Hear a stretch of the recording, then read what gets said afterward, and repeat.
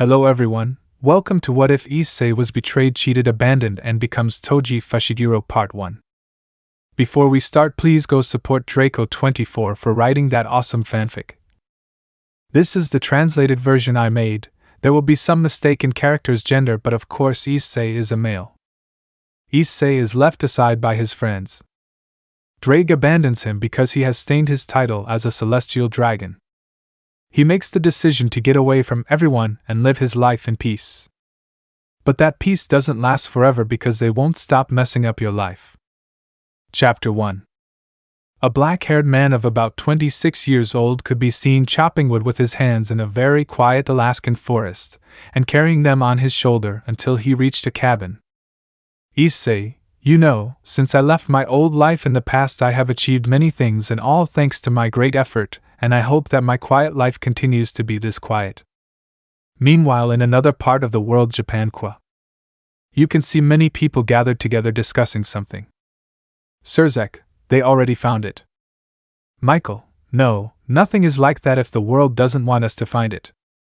Azazel, I have already sent several of my men to look for him, but nothing.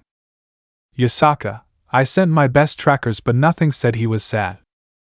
Odin, my daughter still hates me for what I did, and all because I was blinded by the pride of an achievement that was not mine. Ajuka, since the truth was discovered I have had to endure Sigvara's lamentations, and prevent him from committing suicide out of guilt more than once. Red, I'm also somewhat to blame for this, for having slept with some of his females, and my pride as a dragon god blinded me, and I ended up doing something unforgivable, and I will never forget that look of pain he gave me. Ophis, I also did something unforgivable by sleeping with Red without knowing the consequences. I said it with great pain. But in the middle of the table was a green sphere, and inside it was a dragon lamenting for having abandoned her crush and fighting partner, and all to clear her title only to end up alone, and with no one by her side. While several women could be seen with sad faces since they had forgotten their man, and ended up changing him for others who in the end turned out to be survivors of the Chaos Brigade. And when they wanted to return to their beloved, he was no longer there, nor were his things, and there was only a note that said, I hope that all of you damn hypocrites suffer in the worst possible way, and do not try to look for me, or you will suffer the consequences. And more than 10 years had passed since that day, and they always regretted the great stupidities they had done, and Irina, Gabriel, Griselda and Maria ended up falling because they had betrayed the only man who loved them for who they were and not for their bodies. They tried to look for him in every possible way, but nothing, and Rias tried to use the pawn pieces to track him, and the only thing they found were 8 pawn pieces lying on the floor and 2 spheres, one purple and the other red, these being the power of Red and Ophis, making Issei a simple human. But the suffering does not end there, because after a while they had the children of those bastards. Some decided to take care of them, others ended up abandoning them in an orphanage, and the rest just ended up having abortions. But even so, they felt dirty for everything they did behind their loved one's back, and when he discovered each one of them they couldn't help but cry when they saw that they looked full of pain and at the same time broken. And so we come to the present day, where to this day they are still looking for him, since a new threat had emerged that had the objective of finishing them off and also of freeing the Trihexa from his prison again, and the new leader of this group was the granddaughter of Rizavim Levon Lucifer. Anastasia Lucifer, a pure-blooded demon and descendant of the original Lucifer, in addition to that the only bearer of the Alastor sword that belonged to the ancient Lucifer, and in addition to being more powerful than her foolish little brother Vala. But their meeting would be interrupted when a soldier entered with sweat pouring from his forehead and breathing heavily. Surzek, what's wrong? Why did you come in such a hurry, especially to a private meeting? Demon, my lord Mao Lucifer, we found him. Everyone present opened their eyes wide, and the demon was taken by a blue-haired dragon and shook from side to side. Tiamat, where is my man? Tell me right now or I will kill you. Demon, found in northern Canada in Alaska. He was last seen shopping in a grocery store and then went into the woods where he has a cabin. The demon is quickly pushed aside and the dragon bolts out the door to find his mate and be marked by him. Meanwhile with Issei. She was preparing a bottle of milk, and in her arms was a small 7-month-old baby. Issei, wow, little Suko, you're really hungry. I wish your mother was with us. Something like that. To see a photo of him with a beautiful woman and still happy Issei hugging her pregnant stomach, and next to her a wedding ring. After giving him his milk and patting him lightly on the back, she burps him, lays him down in his crib, and slowly walks away without making any noise until she hears someone knocking on her door. Taking an axe, she cautiously approaches the door where she opens it, and what she sees only makes her frown worse. Issei, Karma Dragon, what are you doing here? He said in a cold voice. Tiamat, that's how you treat your future wife. It seems like someone needs punishment, she said flirtatiously, licking her lips at the tremendous body of her man who, despite his years, was still in shape. Issei, I kindly ask you to get out of my sight and get out of my home. But out of nowhere several magic circles appeared, and from them came the people he never wanted to see again in his life. Rias, Issei-kun is you. Issei, what I was missing. Chapter 2. Since the day I discovered my ex-girlfriends doing it with others, I felt a great pain inside me, and when I discovered that I was dying from the dragon fall, I tried to ask Draig for help, but he only told me that he hoped I would die to stain his title of Celestial Dragon. When I went to the dimensional gap with the little power I had to ask Ophis-chan for help, I found her having hex with Gred Red, and not only her, there were also Yasaka, Seraphal, Penemu, Valerie and Ingvild all naked and saying that it was their turn, and when they noticed my presence I had already left. And so 2 weeks went by. I continued to suffer from the symptoms of the dragon fall, and while they continued to act as if I existed, I knew then that they never wanted me, either the leaders nor my parents, since they knew what the girls did but decided to remain silent, and my so-called friends who knew everything but never told me anything. As the days passed, they turned into weeks and then months, and I knew that soon I would leave this world. But there was something that prevented me from dying, and that something was inside me. Flashback. You can see a completely dark place, and on the ground was an Issei crying bitterly, and being watched by a dragon that did nothing to calm him down, and just waited for him to die to find a better carrier. Draig, come on, you damn vermin, die once and for all so I can finally be free. Issei, because Draig and everything we lived together, the battles we had and many other things, now you only care about your stupid, worthless title.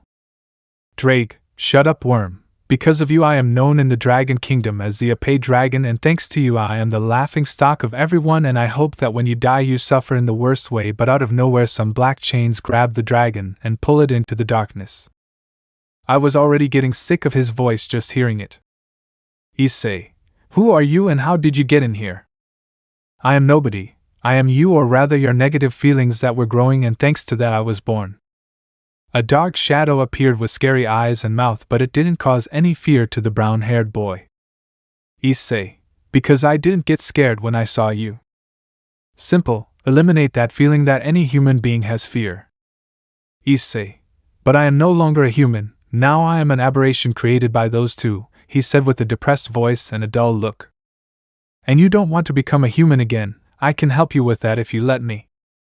Issei, what's the point if I'm going to die anyway? There's no hope for me anymore.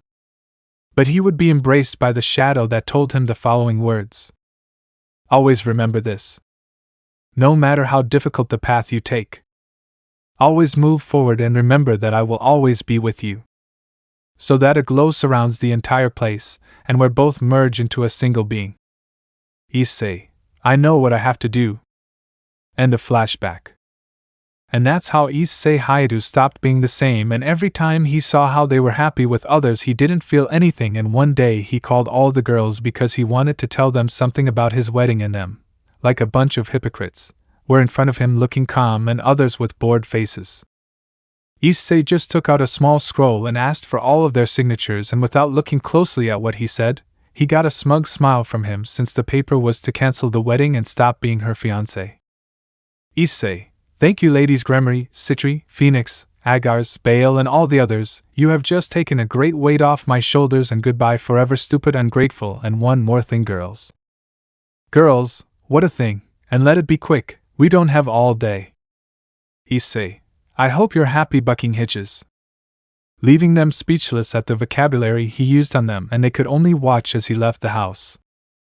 Now he could be seen in front of a large door that he ends up kicking open, scaring the people inside the place, and when they saw who it was they just let out a sigh of annoyance, but there was one who looked at him analytically, and more so a certain green-haired man who looked at the chess case that belonged to Issei. Issei, this will be quick and won't take up much of your time, and once I'm done I'll get out of your sight forever. Thieves without pride. The somewhat curious leaders just accepted since they thought it would be somewhat perverted coming from him. Issei, first Ajuka-san, I return this to you. It's of no use to me, leaving a chess case where your pieces were. I also return the stupid high-class title and the territories that you have given me, and finally this letter, and you will only open it when everyone is gathered. To turn around and slam the door shut, leaving a deadly silence in the place, where Ajuka approaches the case and upon opening it saw that all the pieces were intact and unused. Falbium the upper-class title that was also there, and finally Surzek the property titles of the territory, and everything was in the name of Rias, and her name was crossed out. Now we are in a forest where you can see the chestnut tree entering a cave and reaching a chest where the object he had found while ago was, but he decided to hide it from everyone. Issei, here you are, my beautiful heavenly halberd inverted, pulling out a 45-centimeter sword. Draig, what is that? But I didn't get a response. I asked you what is that, but you still didn't respond. Issei, you know I made the decision to summon Ascalon and nail it to the ground, and from its chest extract 2 spheres, one red and the other purple, leaving the dragon silent. Draig, what have you done? Your aura is now just that of a reincarnated demon. Issei, wait, the best part is missing, putting his hand on his chest and shouting purge, and the Gremry pawn pieces fly out of him. How good it feels to be human again, but I still need something else, looking at the green sphere on his arm. Draig, what are you planning to do? And he saw how his bearer began to pull the sphere from his hand with all his strength. What are you trying to do? Issei, I'm just removing a dead weight from my body and finally being free of all traces of being supernatural from me. And in the end he achieved his goal, and in his hand was a green sphere, and with all his strength he threw it very far until it was lost in the darkness of the night, and released the sigh that he had contained. Issei, well, I'd better leave this country and start a good life far from all of them, and I thought about where I could go, and I made the decision to go to Canada. For a while I worked as a lumberjack, earning some money, and also where I met a woman who was from the demonic faction, and luckily she didn't recognize me and had changed my name to Toji. For a while she always looked at me from a distance like an aquarist. Since then some time passed and we managed to move forward in our relationship. First we were friends, and after 11 months we became a couple. She told me that she was a demon and descendant of the original demon Belphegor. But I was born with a strange disease that made me weaker every day, and there was no cure, and I told her my true identity, and she asked me why I gave up everything, and I only answered that I discovered my women cheating on me and nobody said anything to me. Astrid, calm down Issei-kun, don't think about them. I will always be by your side in good times and bad, because I love you for what you are, to give you a tender kiss and hug your head on her big breasts. After that time passed, and we were already married, and I was expecting her child, and it was the happiest moment of my life without knowing that it would be the last time I would see her by my side. You can see an Issei walking back and forth very nervously since his wife was in labor, and he was somewhat distressed about her health, and after a few minutes he heard a whimper, and without hesitation he went inside very worried, and some doctors and nurses tried to stop him, but it was impossible due to his great strength and large size. Issei, Astrid, tell me, how are you? There's nothing wrong with you, just some discomfort. Astrid, calm down my love, I'm fine and I want to introduce you to someone, showing the little sleeping baby. Look, little Suko, he's your dad. Issei wanted to carry him, and his wife hands him over, and when she had him in her arms something happened that he never thought he would feel again. He felt tears falling from his face, not from sadness but from happiness, and he smiled at his wife to give her a kiss on his lips for making him the happiest man in the world. Issei, hello little Suko, I'm your father and I promise to always watch over you and protect you from anyone who tries to hurt you, and also your beautiful mother, right honey? But he didn't receive a response, honey. He could only see how his wife was with her eyes closed, and with a beautiful smile ASSSTRIIDDD. And that day his wife had died because she could not bear the labor, and using all her surplus strength she managed to bring her little treasure into the world and made her husband happy, who on the day of her burial cried like he had never cried before, and all his friends from work gave him their condolences, and told him to be strong not for himself but for his son and to keep the promise of protecting him. Issei, calm down little Suko, Dad is here and will always take care of you and your mother will always be here touching his chest, she will always be in our hearts. Current time. You could see all the leaders of each faction as well as the friends and ex-girlfriends of the once brown-haired man now black-haired in front of his cabin, and in front of him was the only woman who did not betray him but decided to remain silent. Issei, I will repeat it again. Get out of my HOMEROW or you will suffer the consequences, resting your spear on your shoulder. Tiamat, not until you come back to me and give me many children. Issei, it seems that your brain has melted or you can't hear well. Get out. I don't have time for your silly games, so be respectful and get out of my property. Chapter 3. Flashback. You see all the leaders gathered together, and then the doors are opened by the girls who were accompanied by their boyfriends or lovers and the leader of the group says, Rias, what's wrong Oni-sama, why do you need everyone's presence here? Surzek doesn't answer, he just hands him a note and returns to his place, but you could see a guilty face.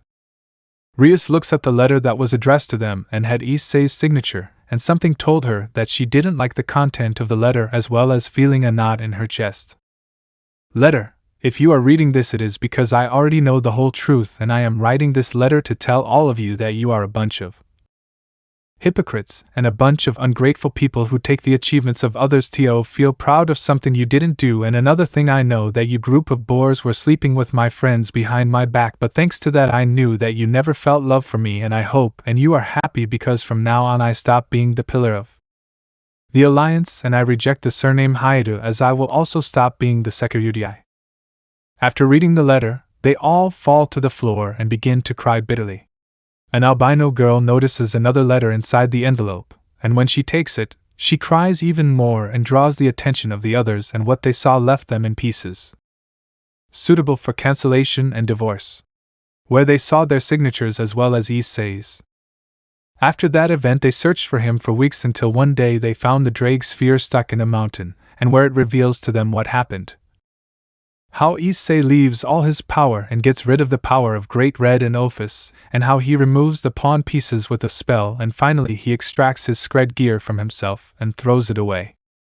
But that was not the worst was a few months later the foolish Gremry, Citri, Phoenix and Baal entourage were celebrating with their boyfriends, and when they gave their vows the wedding was interrupted by a woman who gave off the same essence of Lucifer and claimed to be Vala's older sister as well as the bearer of the demon's slaying. Sword Alaster. Anastasia. Hello faction leaders, let me introduce myself.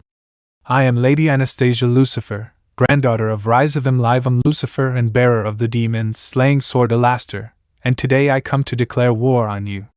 Now, my loyal warriors, return with me. Thus the girls' partners position themselves next to their queen and reveal that all this time they have been deceiving them in addition to being survivors of the Chaos Brigade, and that thanks to them they got rid of a nuisance being this Issei. All of them, upon learning the truth, ended up mentally collapsing, and in that they are reminded of a chestnut tree that always fought for them and on more than one occasion sacrificed their own life for them only to end up abandoning him and giving his purity to others. Anastasia. I wish I could stay, but I have a war to prepare, and when all this is over and you are dead I myself will look for the ex-Sekyuryai, and I will make him my husband, and I will give him everything of me to make him happy, and I will also give my purity only to him, and I will be the mother of his children.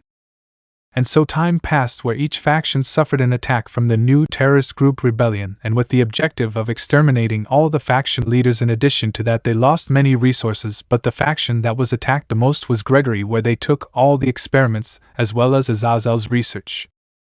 The same thing happened with the underworld. In heaven there was a revolt demanding the dismissal of the Archangel Michael as leader, and that title be given to his older brother Mael, and with the girls Gabriel, Irina and Griselda they ended up falling for betraying their man and being unfaithful. In the kingdom of Asgard, Odin was stripped of his throne and was taken by his son Loki, who, thanks to Issei, managed to reconsider and abandon the absurd idea of starting Ragnarok and began a search to find him and give him lodging in Asgard as to warrior.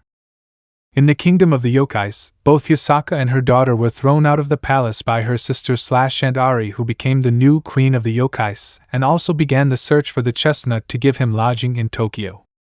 In Romania, when Valerie Teeps found out what the factions had done, she ended up cutting ties with them and maintaining an alliance with the yokai, the Asgardians, the Greeks and the Egyptians who admired the great value of the chestnut.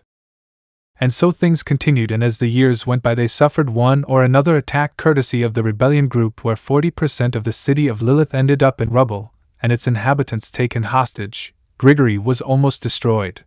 Heaven only had 25% of its forces, and the other factions were stable for the moment. And they wonder what happened to the girls' children. Well, to summarize, some decided to raise/take care of them since it is not their fault. Others at the time of birth were abandoned in an orphanage. Some were used as slaves, being the children of Rias, Aquino, Seraphal, Penemu, Gabriel, Sona, Invilg, Kuroka, Ravel and others that I will not mention, and the rest just had abortions, caring very little and with the goal of having their man's children. End of flashback. And so 10 years passed since the disappearance of the brown-haired boy. 10 years of suffering and pain where the girls used their children to vent their frustration by hitting them, or leaving them without food.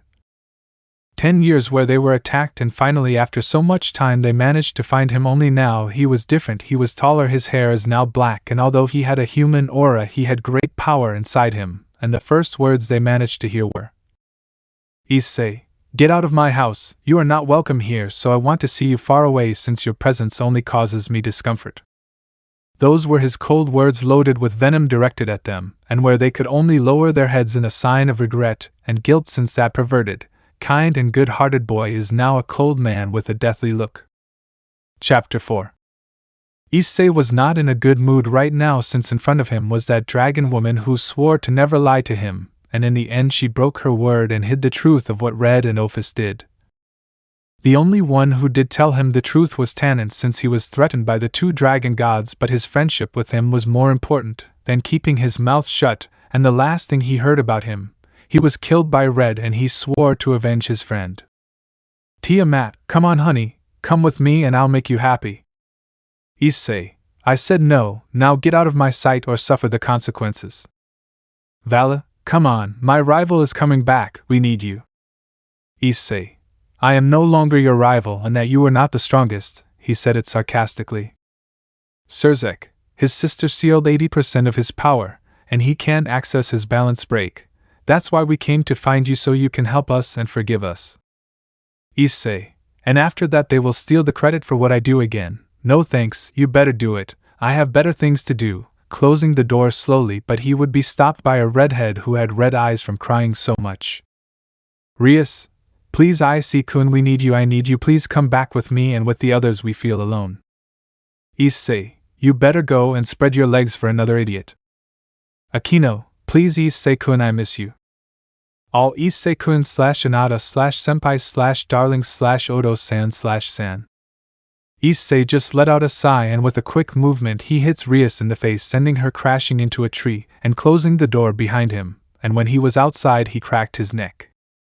Issei, since they don't understand with words, it will have to be with fists. And he saw how an obese Thor stood in front of him with his hammer in his hand, and with signs of being drunk. Thor, do you think you're such a big deal? You're just an inferior being and we're superior to you, so obey and come back the good way or it will be the bad way. Issei, and I recommend you not to talk to me, you drunk potbelly, and you are not worthy of having the hammer.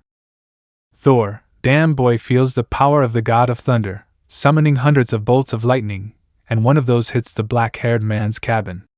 Upon noticing that and hearing his son crying, he releases all his killer instinct and with a powerful blow sends the god of thunder crashing and ends up losing his hammer, which falls to the ground. Issei, seeing Mjolnir on the ground, takes the handle of it and lifts it as if it were nothing, being seen by everyone and an albino who wanted to fight him but knew that in his current condition he would not be at his level, and a dragon who was eating him with her eyes. Thor, you give me back Mjolnir, making a clicking sound to call his hammer, but nothing happened because it doesn't work.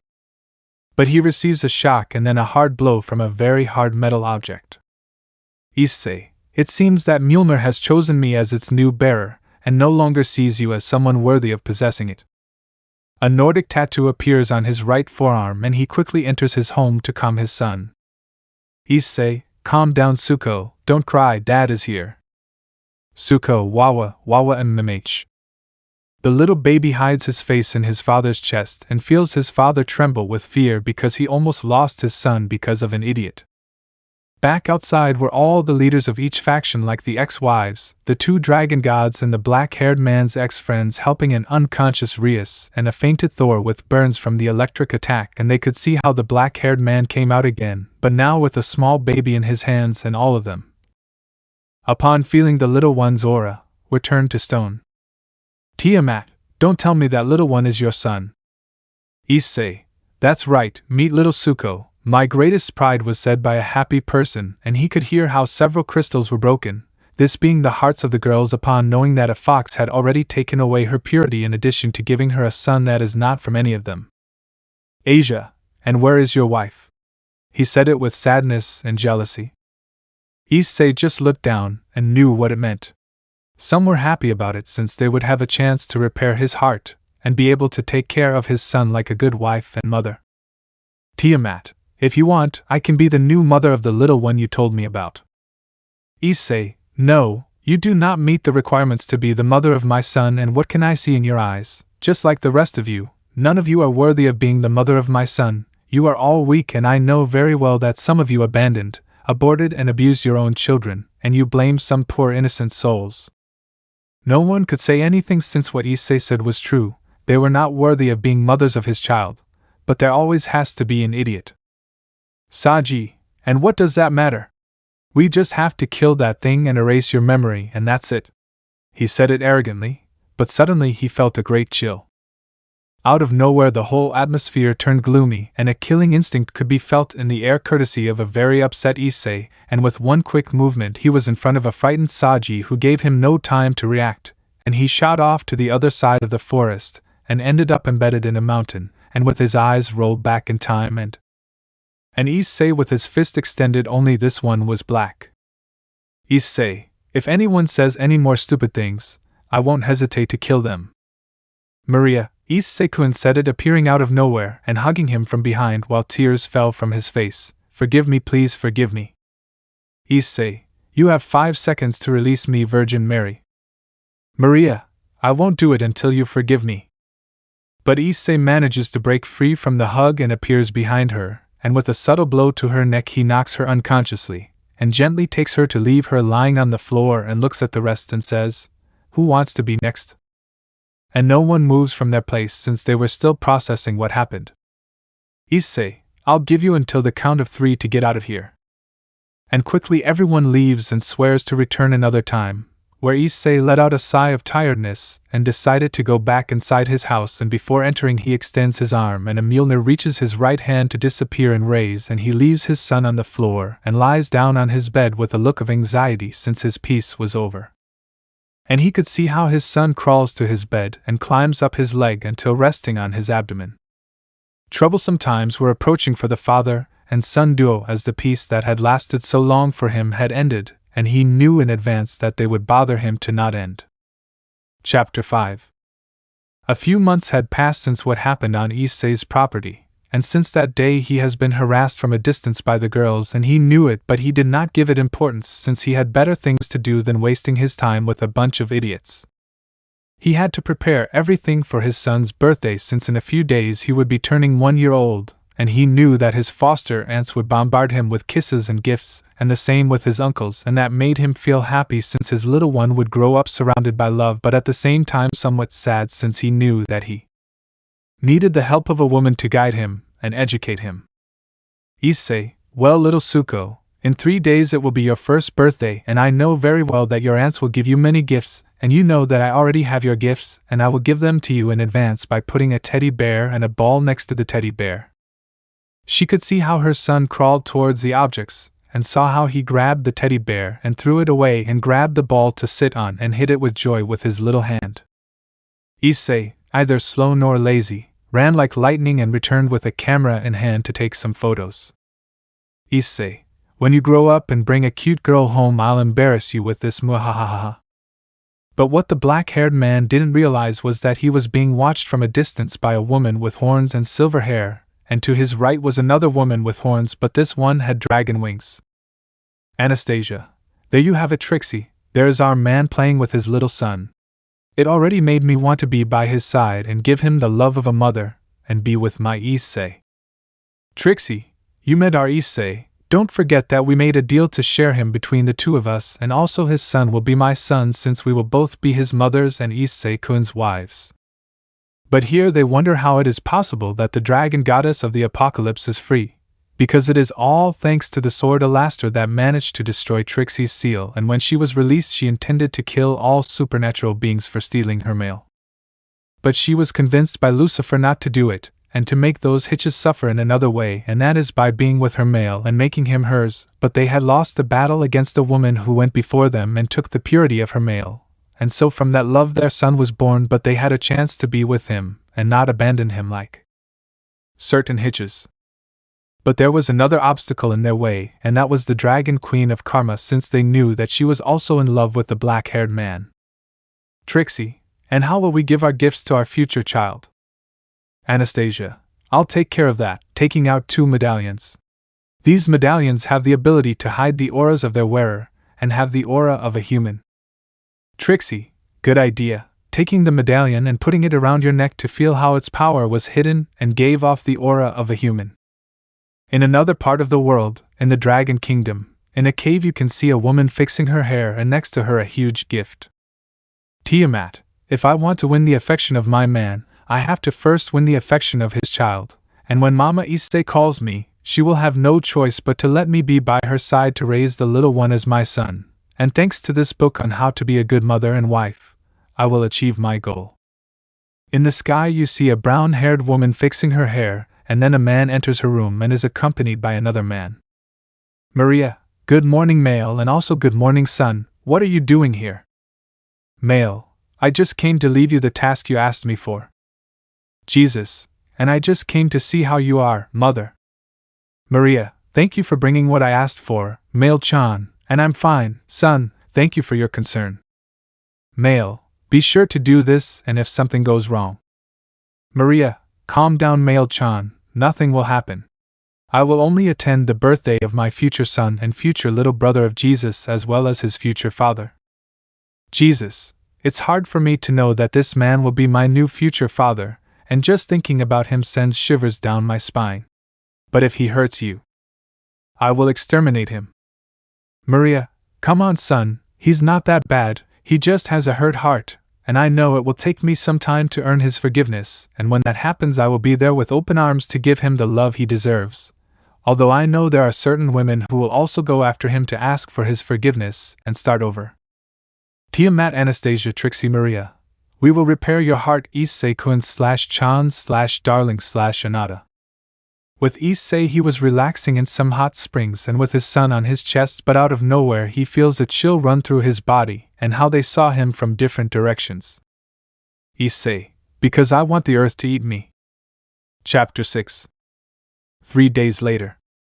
And Issei is seen running from one place to another, preparing everything for his son's party, and the guests were about to arrive. Issei, okay, candy, food and soda ready, decorations ready, piñata ready, and the birthday boy's cake is on the way. At that moment someone knocks on his door, and he approaches to open it, seeing a white-bearded, muscular man with a cake in his hands. Claus, Grandpa is here. Where is the birthday boy? I have to give him his present. Issei, thanks for coming Grandpa Claus, and the birthday boy is over there. Claus, how could I not come to the birthday of my friend's son who helped me save Christmas 5 years ago, and I followed your advice, and now I'm in shape again. Issei, it was nothing, and thank you for attending this very important event. Claus, ha ha ha, I wouldn't miss it for anything in the world, especially my foster grandson, and I already have his gift.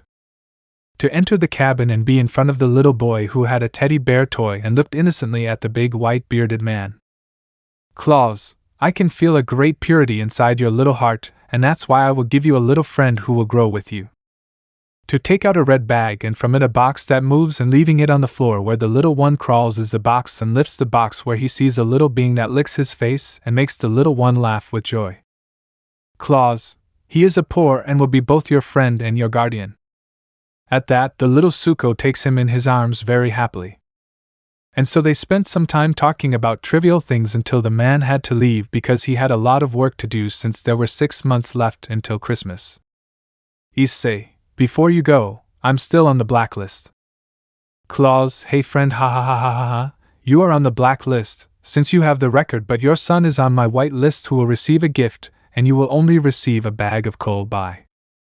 Claus, and one more thing, be careful with my daughter, she's a little crazy. Issei, I'll keep that in mind. And after saying goodbye, some time passes and they knock on his door again, and when he opens the door he can see his guests and lets them in. You can see a somewhat nervous Suko as he was being hugged by one of his aunts and being looked at tenderly by his cousins, while Issei was having a quiet chat with his friends.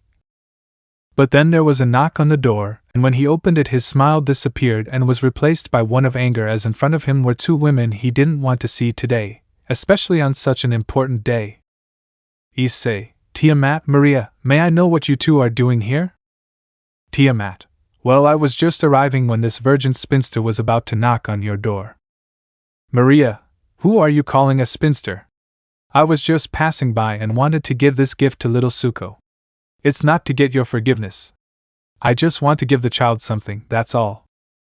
Tiamat, me too, here I have your gift, taking out a big box. Issei just looked at them for a moment just to let out a sigh and let them pass, but if they created a ruckus he would throw them out of his house, and they swore not to do any of that, and so they were able to go inside. Maria, how cozy your house is, Issei-san. Tiamat, and very pretty by the way, where's the child to give them their gifts? Issei, he's in the living room being crushed by his aunts, and to be honest I'm a little envious of my son for his luck. Tiamat/Maria thoughts. If you only knew that we want to do that with you every day. And so they continued with the party until they knocked on the door again, and Issei went to see who were 2 girls unknown to him. Issei, excuse me, ladies got lost or something. Anastasia, no, we actually follow a lot of people and we wanted to know what they are celebrating. Issei, oh yeah, we're celebrating my son's birthday. If you want, you can come in and I'll make you some hot chocolate since it's a little cold outside. Trixie, thank you for being such a gentleman, a good man and also a great father who does this for his little one. Issei, thanks for the compliment, and I learned about being a gentleman from my grandfather because he always said manners make a man. So both women entered the house and could see many people inside, but they felt the energy of a dragon and an angel inside, and they saw the owners of that aura. Trixie/Anastasia thoughts, what we needed was more competition, but that's not going to stop us from our goal of becoming the Fushiguro ladies. At that moment Issei arrives and gives each of them a cup of hot chocolate and some cookies to accompany the chocolate. Issei, take it while it's still hot, it's more delicious that way. At that, the 2 girls took a sip and looked delighted because it was very delicious and they couldn't help but ask where such an exquisite product came from. Issei, it belongs to a friend who lives in the North Pole.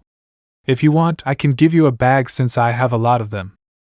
And both women just agreed as Issei went down to the basement and returned with a bag of chocolate and a recipe book. Inside the house everything was joy and fun, and where little Suko was very happy for all the gifts he received from his aunts/uncles and from the 2 women, while the other 2 did not bring him anything and they felt defeated by that, but they still had enough time for more birthdays. Santa Claus, daughter, please calm down and don't do anything crazy. Elsa, yes, father, I will commit a madness of love since the man I love is alone, and that child needs a mother, and I will be it, so step aside. Claus, I can't allow you to release that beast, it will cause an eternal ice age. But he would be frozen in a block of pure ice by his daughter. Elsa, calm down father, once this is over and I have my husband and son by my side, everything will return to normal. Meanwhile, beneath the North Pole, there was a huge beast that was completely chained and one of its eyes had opened, showing the frost symbol on it. Cold times are coming, very cold times. Chapter 7. A few days had passed since their son's birthday and things had changed for the father and son duo as they were almost always visited by both Maria and Tiamat, giving the excuse that the child needs motherly affection and other things that a mother has to do to ensure the safety of the little one. And Issei had no choice but to surrender since his son was happy for the presence of both and allowed only them to enter this cabin and no one else. In addition to that, lately the temperature began to drop even more, and the same thing happened almost everywhere in the world. Meanwhile, in Latin America, the Latinos could be seen very calm because God had finally heard their prayers to turn off that damn sun that always gave them headaches because of the extreme heat, and now everything was fresh. Because before, when they didn't have this freshness, it was just a hell of shitty heat. Latinos, thank God. Back to Alaska. Issei still looks a little worried since his little one fell ill with a cold, and if it weren't for Tiamat, his little one would be an ice popsicle since she offered to warm the little one by cuddling him against her abdomen, and the little one without hesitation took one of the dragon's breasts and began to suck on it, wanting some milk and eliciting a small moan from the aforementioned. Tiamat, be little Suki Sukito, don't do that, I don't have milk. Maria, maybe you don't, but I do, because thanks to this pair my beautiful son grew big and strong. Taking little Suko from the hands of the dragoness who was pouted as her future child was snatched from her hands. Maria just shook her head in such a childish way and uncovered one of her breasts and breastfed the little Suko, who had a happy face for being fed. Issei, damn lucky dwarf, what the hell am I saying? I'd better go to the forest to cut down some trees to feed the fireplace. If that's what I'm going to do. Taking his axe and going outside the cabin towards the forest to cut down some wood, but what he didn't know is that he was being watched by some blue men, and they followed him from a distance. Issei, well, here we are, it's time to work, to start cutting the tree without realizing that he was being surrounded by some guys. After having cut down a total of 3 trees, he carries the 3 trunks on his shoulder without any problem and decides to return home, but he hears the sound of a branch breaking and throws the trunks to the ground. Issei, who's there? Show yourself. And he could see several blue beings coming out that released frost and had weapons. Issei, those who sent them were the factions. Frostwalker, our queen sent us for you, so cooperate and surrender or we will have to do it the hard way. Issei, I think I'll choose the second option, summoning his gloves that release some electricity. And so begins a battle where one by one they fell before the superhuman strength of Issei, but he did not come out unscathed either, as some arrows stuck in his back, making the black-haired man grunt, who in a fit of rage releases a powerful shock wave when he hits his fist against the ground, killing the rest of the walkers, and some managed to escape. To tell their queen what happened. Issei was tired and in a lot of pain and ended up falling to the ground, breathing with difficulty, and out of nowhere all his wounds healed quickly, and the pain disappeared little by little, and he managed to stand up again and lifts the logs on his shoulder and runs away from there. Issei, damn, those guys were tough and my axe was useless against their skin, but who sent them and did they mention Queen?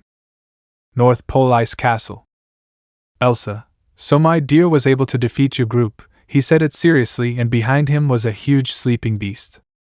Ice Walker, that's right, my queen, and not only that, we also discover that he is no longer a supernatural being but a simple mortal again. Elsa, you're telling me that a mere mortal defeated a battalion of 50 of you? Ice Walker, that's right, my king, but he didn't finish his sentence as he was killed by an ice stake. Elsa, these soldiers are useless. Next time I'll send my generals and tell me how the world's freezing is going. It's still 45%, my queen, and very soon the whole world will be an iceberg. Elsa, soon my Issei, you will be mine alone. Chapter 8. North Pole Ice Castle.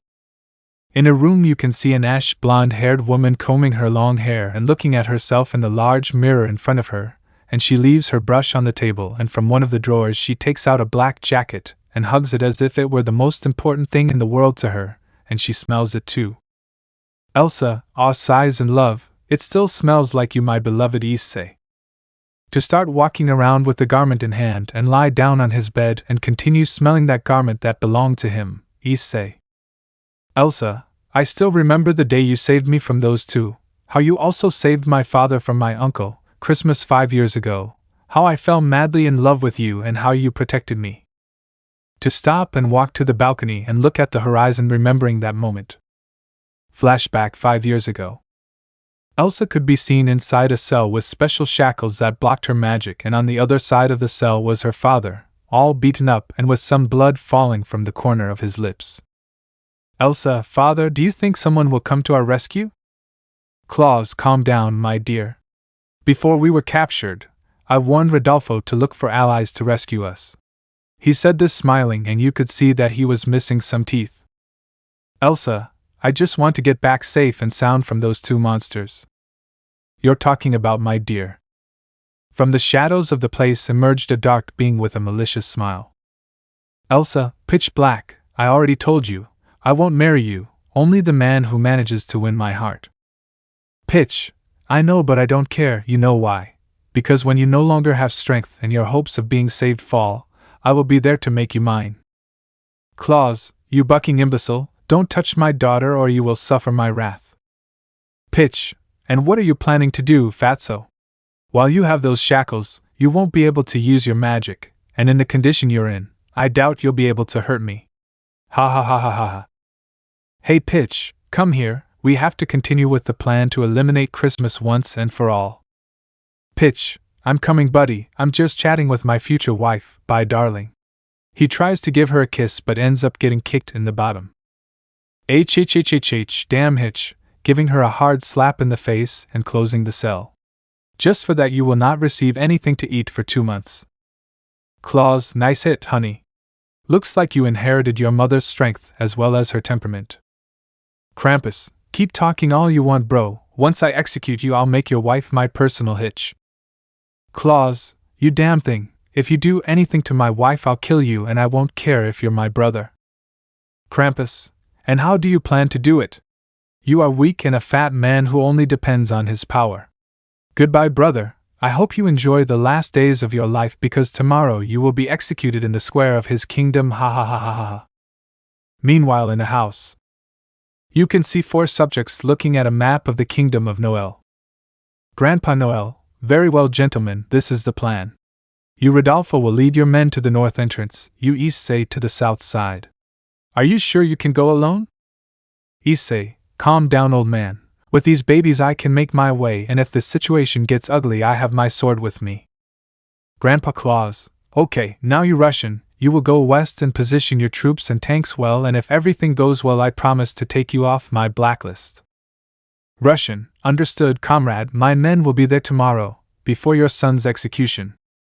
Grandpa Claus, and I will attack from above and stop my son Krampus from doing something stupid. Well rest gentlemen because tomorrow we will have a lot to do. Oh yes sir.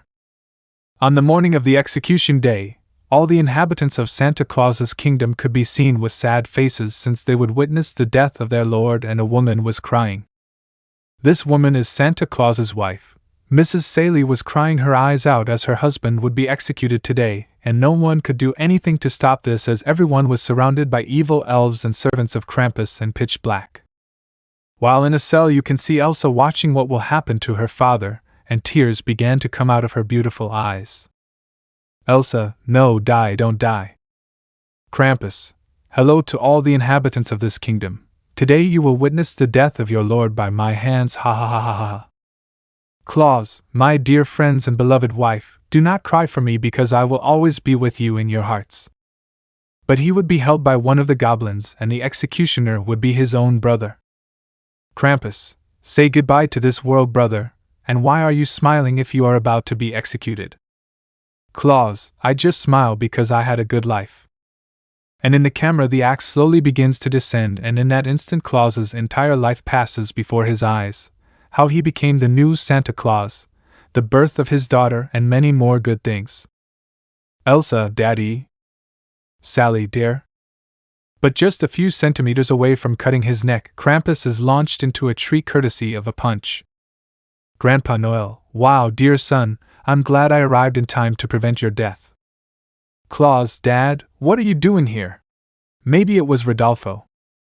Grandpa Noel, that's right, and I didn't come alone, pointing to a tall man and a large shield. Claus, Uncle Brown, how did you get here so quickly? Brown, We'll talk about my arrival later, now we have to fight. Krampus, father, how dare you interfere with this execution? Grandpa Noel, I will not allow what you were about to do to your younger brother. Krampus, you see, that's why I hate you, because you always had favoritism for him, and you left me aside. Grandpa Noel, I never had a favorite, I loved them both because they are my children. What would your mother say if she saw what you were about to do to your little brother? Krampus, don't get her involved in this, she's already dead and soon you will be too, attack boys. At that point, several evil goblins, toys, monsters and gingerbread cookies go on the attack, but before they can attack, several explosions begin to be heard everywhere. Gingerbread man, master, we are being slaughtered by all. Russian, come on my soldiers, let's show our military power, shooting down some goblins with an AK-47 in one hand and a hammer in the other. Ahahaha, this is very fun. Meanwhile, in another part, you can see Rodolfo and his brothers killing several monsters with their bare hands, others with candy canes, and some with firearms. While in a cell you can see Elsa watching everything that is happening outside and very happy to see her grandfather and great-uncle. But then a very upset Pitch comes in and quickly opens his cell to grab Elsa by the hair and drag her to escape. Elsa, damn you wretch, let me go right now. Pitch, of course not, you and I will run away from here and you will be my wife, no matter how hard it is. And before he could go out the door he sees a shadow pass by and with his hand he covers his mouth so it wouldn't make noise and he hides behind the wall. The shadow positions itself in front of the door but after a few minutes it leaves, allowing Pitch to let out a sigh of relief that didn't last long as a hand pierces the concrete wall and grabs him by the neck and out of fear he lets go of Elsa and ends up crossing the wall. Issei, well, look who we have here, the much-proclaimed king of nightmares Pitch Black, aka the Bogeyman. Pitch, you damn mortal, let me go this instant or you will suffer the consequences. Issei, you are nobody to give me orders, idiot, and now you will suffer the worst beating. Taking a Pitch to a dark place. Pitch, no, please let me go, you're hurting me. Issei, calm down, this is just beginning with a psychopath's voice and closing the door, and you could only hear the bones breaking and his screams of pain. But the door would open revealing a Pitch with a horrified face but he would be grabbed by the foot and dragged back in to continue his torture. Elsa could only cover her ears to avoid hearing the pleas for help and after a few minutes she heard footsteps approaching where she was and very scared she grabbed a stick to defend herself. Issei enters the place and sees an Elsa with a stick in her hand. Issei, calm down Princess Elsa, I'm here to get you out of here and then she realizes that the top of her clothes was torn, and she just proceeds to take off her jacket, and when she's close to her she puts it on and looks away to the other side. Elsa, confused by her action, looks down and blushes like a tomato and quickly puts on the black-haired boy's jacket. Elsa, thanks for the jacket, she said blushing, but she would be teased by the black-haired boy, blushing even more. What are you doing? She said very blushing. Issei, don't you see that I'm carrying you since I noticed that in your current state you could only crawl out? And so she was taken outside and could see how everyone was gathered and a Krampus trapped inside a crystal sphere and everyone would turn around to smile at the girl and a man would approach her to give it to her. Elsa, Daddy, are you okay? For a moment I thought I would lose you forever. Claus. It was all thanks to your Rodolfo and his friends and by the way you are not the boy the facts are looking for. Issei, that's right, but don't tell them I was here.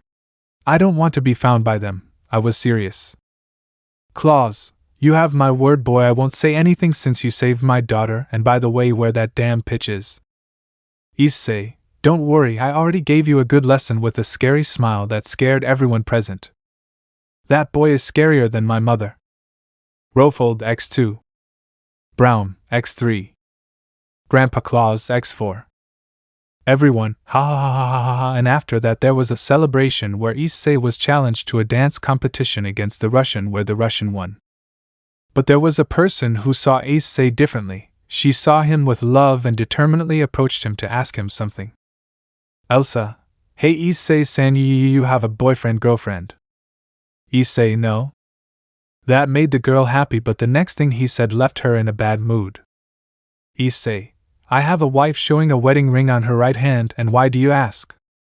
Elsa, nothing, just curiosity, she said discouragedly and left the place, leaving Issei still confused, and so the party continued until dawn where everything was chaos.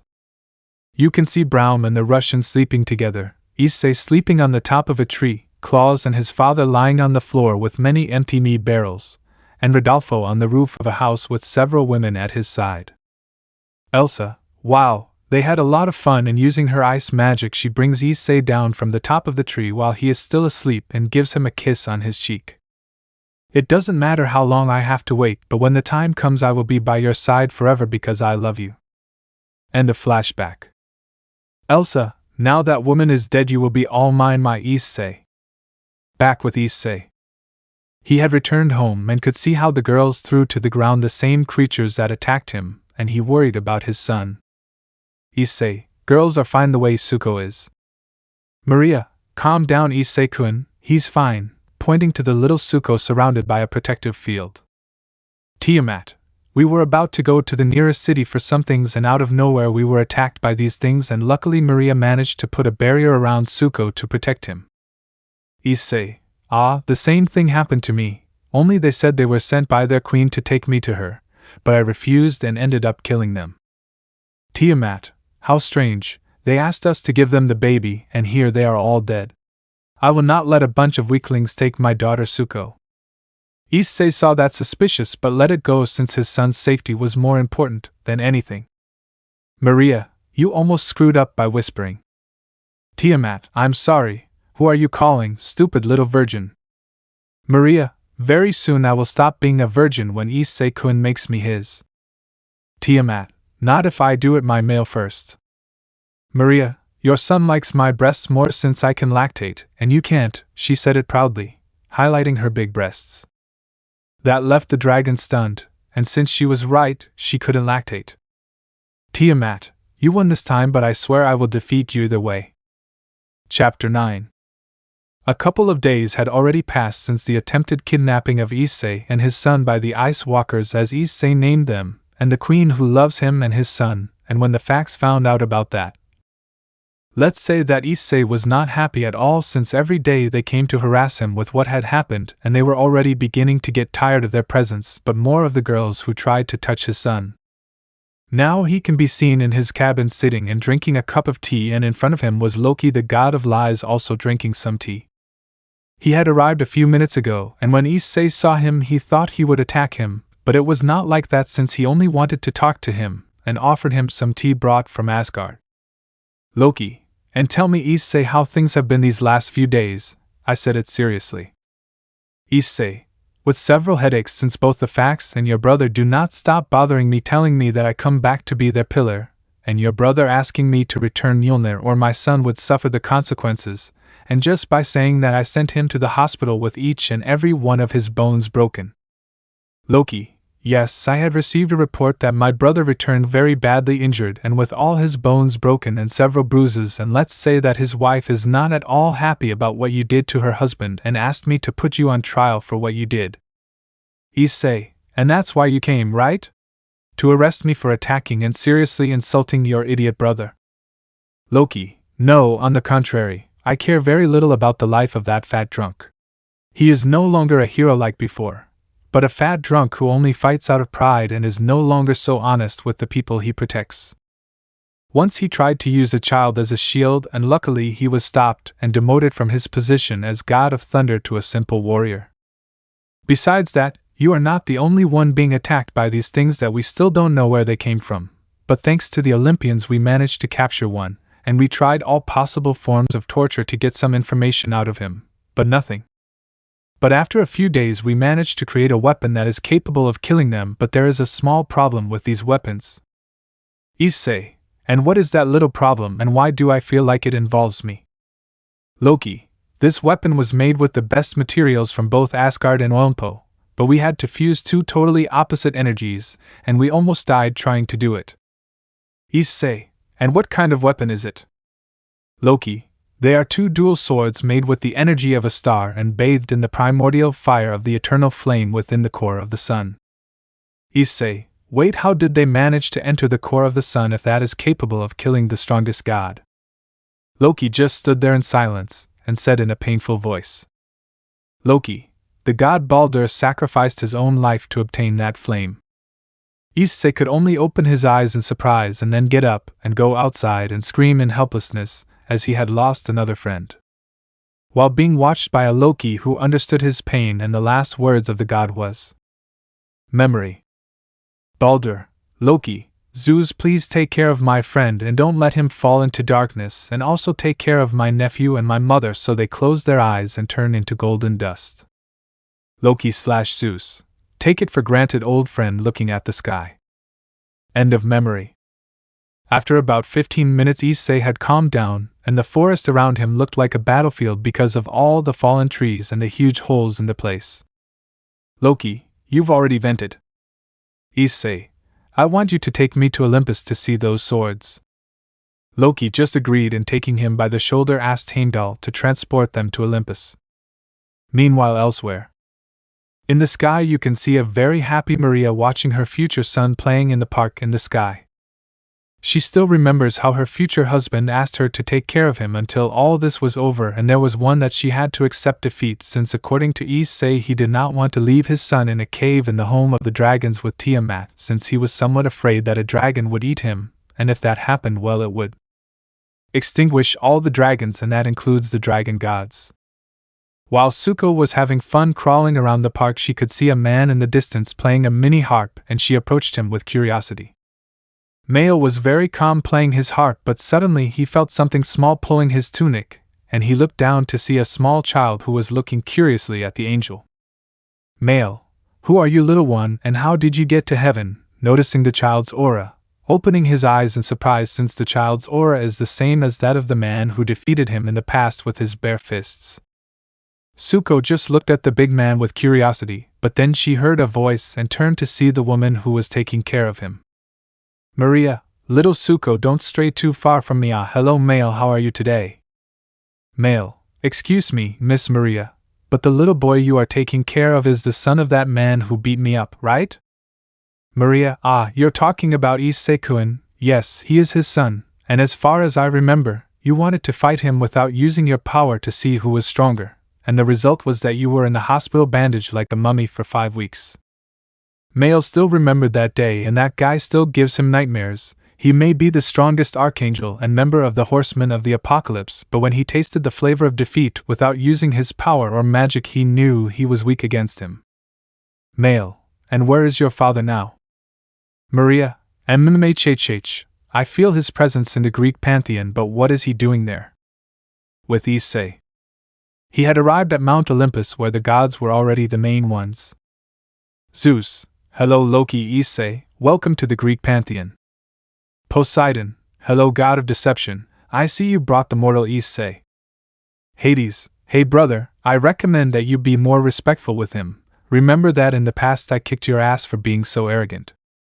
The sea god only tightly squeezed his trident because he remembers that day and still has that scar on his chest that reminds him that even a human who surpassed his limits can defeat him. Issei, hello Zeus-sama, Hades-sama, and Poseidon-san. Poseidon, hey, why was it only San and not Sama who said it angrily? Issei, I must remind you what happened last time, cracking your neck and being in front of the god who was surpassed in height. Poseidon had to look up in irritation and left the place, humiliated again by the strongest mortal.